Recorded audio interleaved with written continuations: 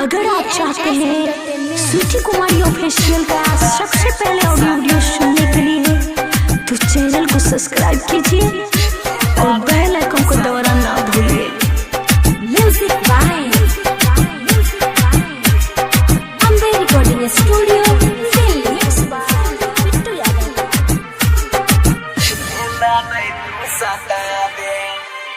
छोड़ी के जाई छी ससुराबा कलियो की तोहरा कसुराबा।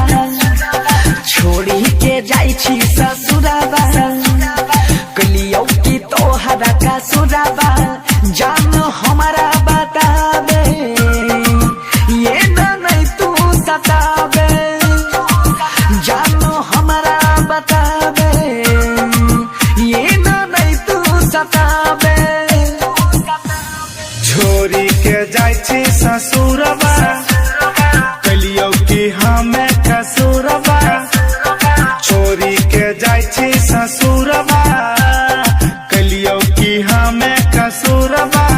जान हमरा बताबे ए नहीं तू सताबे। जान हमरा बताबे ए नहीं तू सताबे।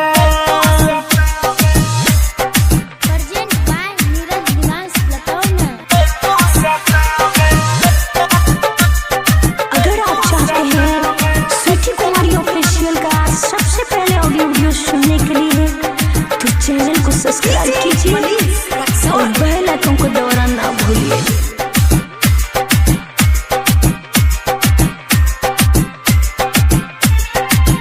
हे फूल के फूल बहादी हरियर कोइले रही।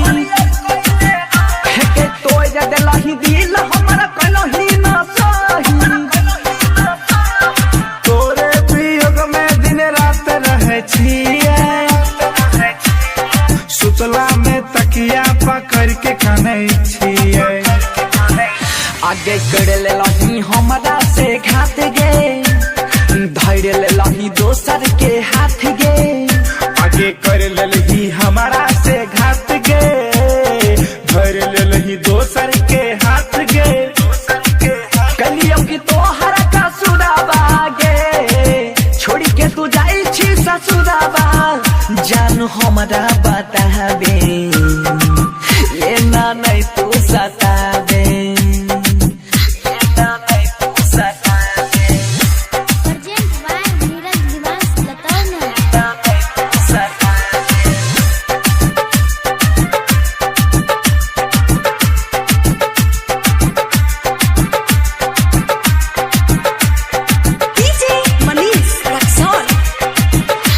नहीं तू सताबे।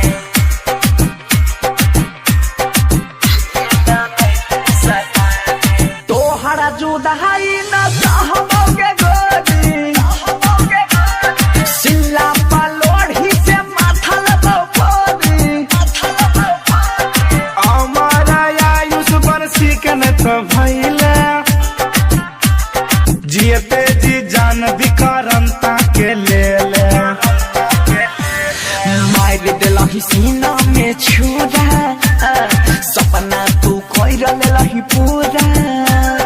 मार दिलही सीना में छुरा। सपना तू कर लेलही पूरा।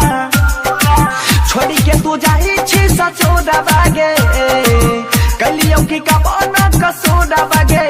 जान हमरा बताबे बेसी ना तू सताबे।